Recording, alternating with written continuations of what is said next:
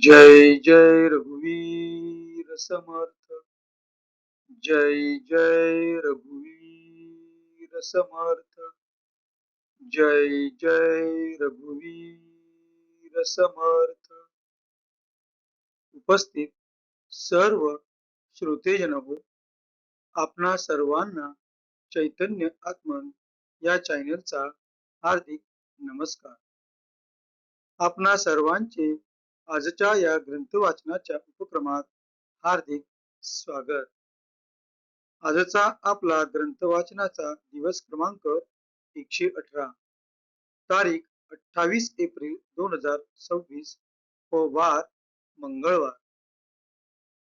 सध्या आपण सार्थ श्री दासबोध या समर्थ श्री रामदास स्वामी लिखित महाग्रंथाचे वाचन करीत आहोत। तेव्हा आजचे वाचन सुरू करण्यापूर्वी प्रथम आपण समर्थ श्री रामदास स्वामी यांना गुरुवंदना अर्पण करूया। गुरुर्ब्रह्मा गुरुर्विष्णू गुरुर्देवो महेश्वरा गुरुर्साक्षात् परब्रह्म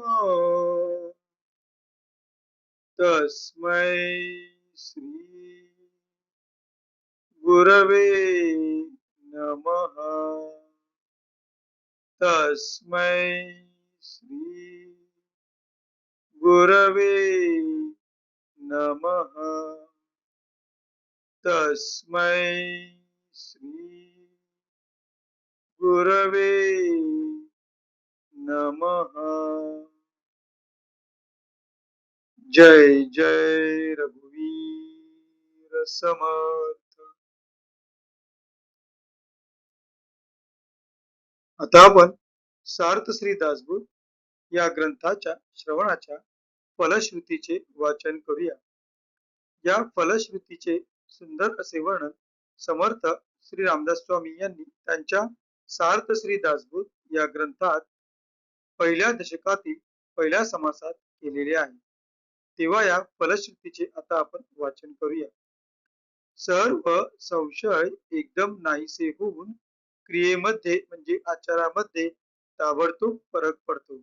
इथे समर्थ श्री रामदास स्वामी आपणास सांगू इच्छित आहेत की जो कोणी व्यक्ती सार्थ श्री दासबोध या ग्रंथाचे नित्य नियमाने वाचन किंवा श्रवण करेल त्या व्यक्तीच्या आचरणामध्ये ताबडतोब फरक पडतो।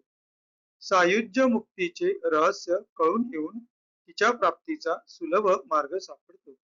दुसऱ्या बिकट साधनांचे कारण पडत नाही।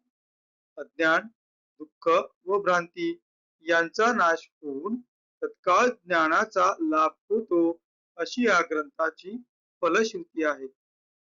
योग्यांचे परमभाग्य असे वैराग्य अंगामध्ये बांधते। विवेक व चातुर्य यथा योग्य प्राप्त होते। जे कोणी संशयग्रस्त, अवगुणी व अवलक्षणी असतील ते सुलक्षणी, धूर्त, तत्ववेत्ते, चतुर व समयत्न असे होतील। आळशी असतील ते उद्योगी होतील। पाप्यांना पश्चाताप होऊन ते शुद्ध होतील। आणि भक्ती मार्गाचे निंदक असतील तेही भक्ती मार्गाला वंदन करू लागतील। बद्धांचेच मुमुक्षु होतील व मूर्ख अतिदक्ष होतील। अभक्तांना भक्ती मार्गाच्या योगाने मोक्ष मिळेल। अनेक दोषांचा नाश होऊन पतित असतील तेच पावन होतील। तात्पर्य, हा ग्रंथ नुसता ऐकल्याने प्राण्याला उत्तम गती मिळेल। देहबुद्धीमुळे येणारे अनेक प्रकारचे धोके, संशयाचे अनेक धागेदोरे, संसारातील अनेक उद्वेग हा ग्रंथ ऐकल्याने नाश पावतील। हा ग्रंथ ऐकल्याने अधोगती चुकून मनास विश्रांती व समाधान मिळेल, अशी या ग्रंथाची फलश्रुती आहे। ज्याचा भावार्थ जसा असेल तसे त्याला फळ मिळेल। जय जय रघुवीर समर्थ। आता आपण सार्थ श्री दासबोध या ग्रंथाच्या क्रमशः वाचनास सुरुवात करूया। सध्या आपण या ग्रंथातील नवविधा भक्तिनाम या 4थ्या दशकातील तिसऱ्या समासाचे, ज्याचे नाव आहे नामस्मरण भक्ती, या समासाचे क्रमशः वाचन करीत आहोत. मागील भागात आपण या समासातील पहिल्या 10 ओव्यांचे त्यांच्या मराठीतील अर्थासहित वाचन केले. आज आपण ओवी क्रमांक 11 ते ओवी क्रमांक 25 अशा 15 ओव्यांचे त्यांच्या मराठीतील अर्थासहित भाषण करूया. आज 15व्या ओवीपर्यंत वाचण्याचं औचित्य असं की 15वी ओवी ही या समासातील शेवटची ओवी असल्यामुळे आज आपण 15व्या ओवीपर्यंत वाचन करणार आहोत. आपणासमोर जे पृष्ठ दिसत आहे त्या पृष्ठातील वरून 4थी ओळ 10 या अंकानंतर नामे संकटे नासती या शब्दांनी 11व्या ओवीची सुरुवात होते. तर तेथूनच आपण आजच्या वाचनास सुरुवात करूया. नामे संकटे नासती, नामे विघ्ने निवारती, नामस्मरणे पाविजेती उत्तम पदे. भूत पिशाच नाना छंद, ब्रह्मगृहो ब्राह्मण संबंध, मंत्रचळ नाना खेद, नामनिष्ठे नासती, नामे विषबाधा हरती, नामे चेडे चेटके नासती, नामे होय उत्तम गती अंतकाळी. बाळपणी तारुण्य काळी, कठीण काळी वृद्धापकाळी, सर्व काळी अंतकाळी नामस्मरण असावे. नामाचा महिमा जाणे शंकर, जना उपदेशी विश्वेश्वर, वाराणसी मुक्ती क्षेत्र राम नामे करुणी. उपराठ्या नामासाठी वाल्मिक तरला उठाउठी, भविष्य वदला शतकोटी चरित्र रघुनाथाचे. हरिनामे प्रल्हाद तरला, नाना आघातांपासून सुटला, नारायण नामे पावन झाला अजामेळ. नामे पाषाण तरले, असंख्यात भक्त उद्धरले, महापापी तेची झाले परम पवित्र.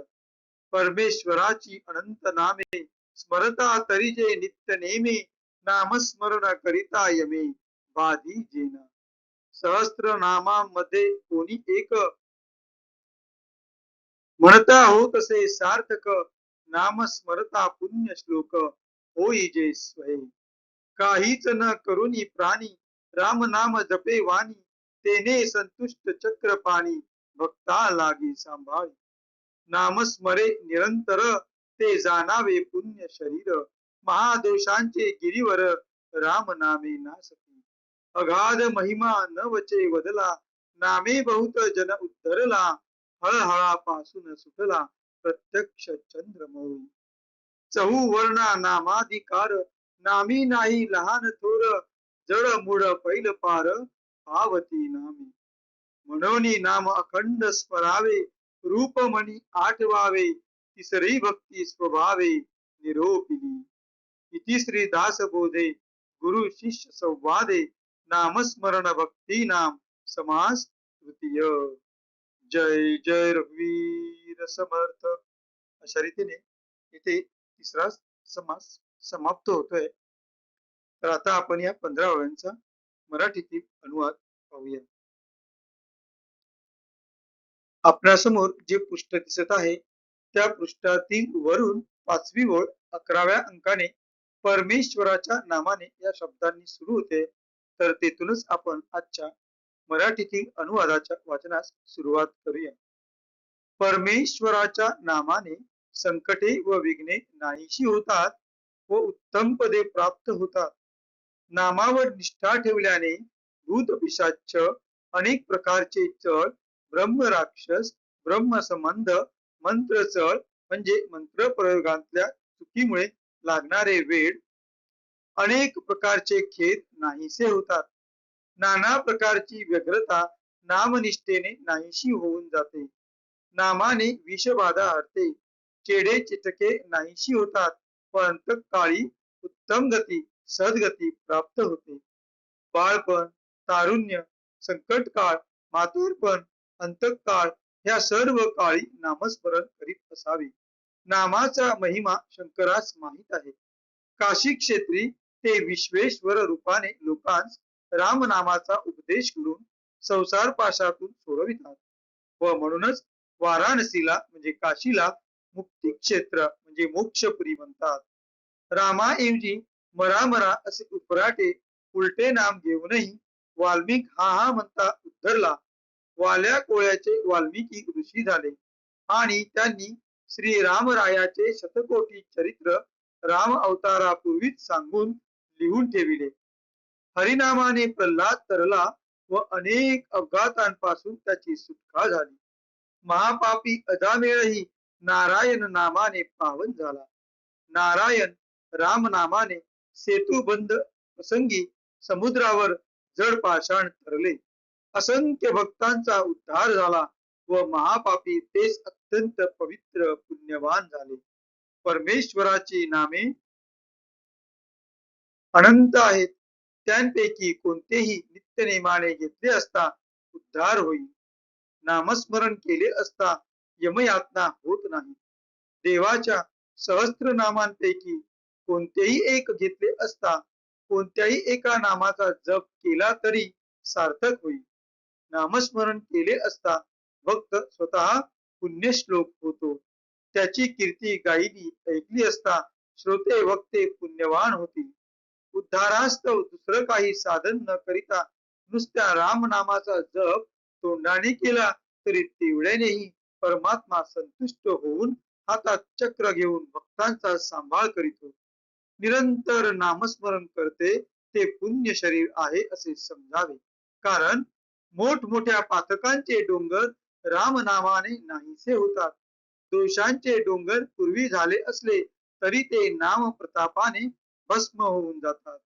नामाचा महिमा अगाध आहे, तो बोलून दाखविता येणार नाही. नामाच्या योगाने पुष्कळांचा उद्धार झाला.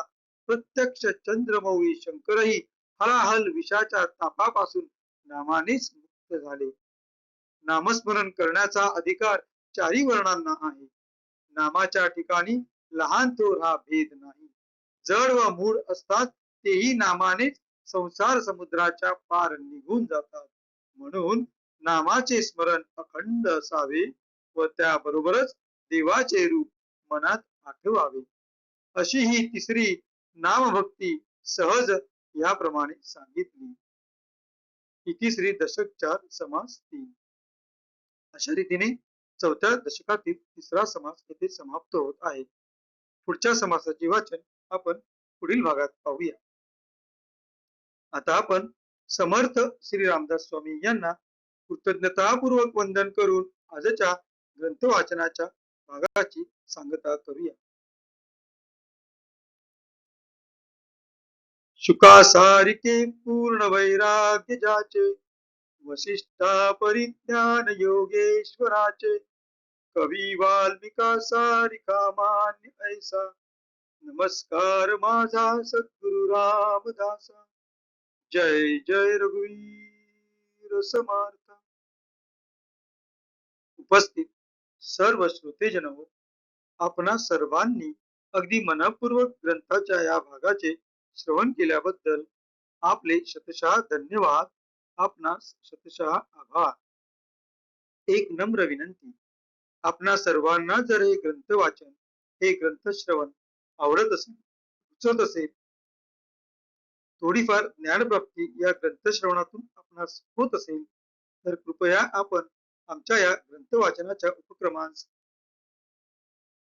सबस्क्राईब करा, लाईक करा. काही मत मांडायचे असल्यास कमेंट मध्ये तसे लिहा ही आपणा सर्वांना नम्र विनंती. भेटू पुढल्या भागात. जय जय रघुवीर समर्थ.